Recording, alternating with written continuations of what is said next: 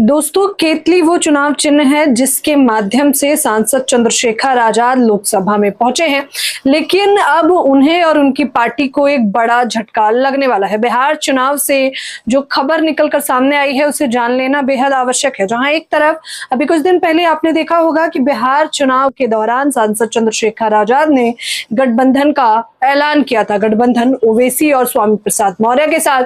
तब विपक्ष के खेमे में और सत्ता पक्ष के खेमे में खलबली मच गई थी कि कहीं ना कहीं अब तगड़ा झटका लगने वाला है वोट बैंक का। लेकिन अब एक तगड़ा झटका चुनाव आयोग ने लगाया है सांसद चंद्रशेखर आजाद को, और इसकी जानकारी किसी और ने नहीं बल्कि खुद सांसद चंद्रशेखर आजाद ने दी है। उन्होंने क्या कुछ कहा है हम आपको बताएंगे, और किस प्रकार से बिहार का समीकरण क्या होने वाला है उनके चुनाव चिन्ह छीनने के बाद वो भी समझाएंगे। तो सबसे पहले हम आपको बता देते हैं कि बिहार की इस खबर पर आप निगाह डालिए।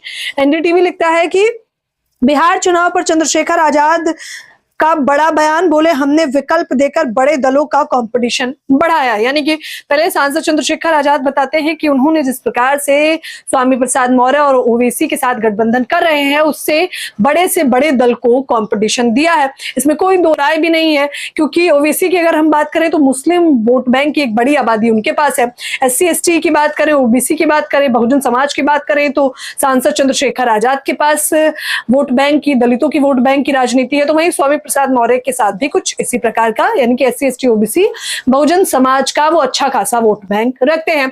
अगर ये तीनों ही खेमे इंडिया गठबंधन में मिल जाते तो शायद कुछ और नजारा देखने को मिलता, लेकिन इन दिनों तो इंडिया गठबंधन ही मजबूती से चुनाव नहीं लड़ रहा है, क्योंकि उनके खेमे में ही हलचल मची हुई है। एक एक सीट से दो प्रत्याशी उतारे हैं, एक RJD उतार रही है तो एक कांग्रेस उतार रही है। इसी बात से ये रास्ता तो साफ हो जाता है कि इसका सीधा फायदा NDA सरकार को होने वाला है। लेकिन अब मुख्य तौर पर बड़ी खबर पर आ जाते हैं जो आपको जान लेना आवश्यक है। मैंने शुरुआत में ही बताया, सांसद चंद्रशेखर आजाद ने जानकारी दी कि उनका चुनाव चिन्ह जो है केतली, जिसकी बदौलत वो सत्ता में आए हैं, जिसकी बदौलत वो लोकसभा में आम जनता के हुंकार बनते जा रहे हैं, उसी केतली चिन्ह को छीनने का प्रयास किया जा रहा है चुनाव आयोग के माध्यम से। और चुनाव आयोग ने इसका जो कारण बताया है, जिसे सुनकर आप माथा पीट लेंगे, क्योंकि सांसद चंद्रशेखर आजाद कहते हैं कि टेक्निकल कारण बताया गया है। जी हाँ, वो कह रहे हैं कि टेक्निकल कारण की वजह से उनका चुनाव चिन्ह छीना जा रहा है बिहार चुनाव में। और सिर्फ यही नहीं, अगर आपको लग रहा है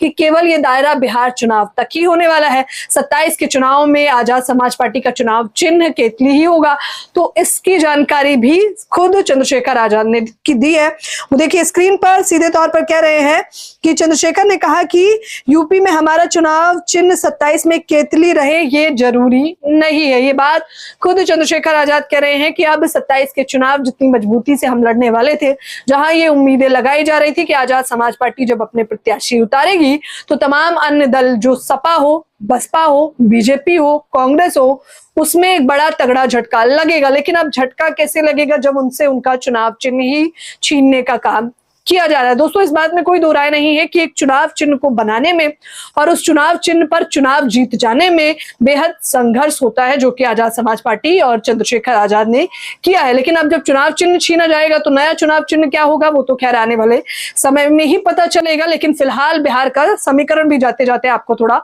समझा देते हैं।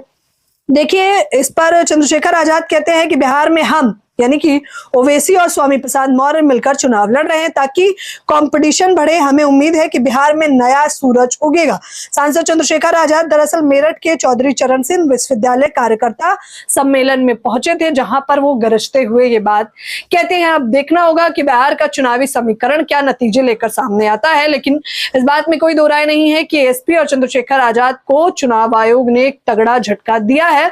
उनका चुनाव चिन्ह छीनने का काम, टेक्निकल एरर कब तक ठीक हो जाएगा, अगर ये खबरें भी आ जाएंगी तो हम आपको उसकी भी जानकारी दे देंगे।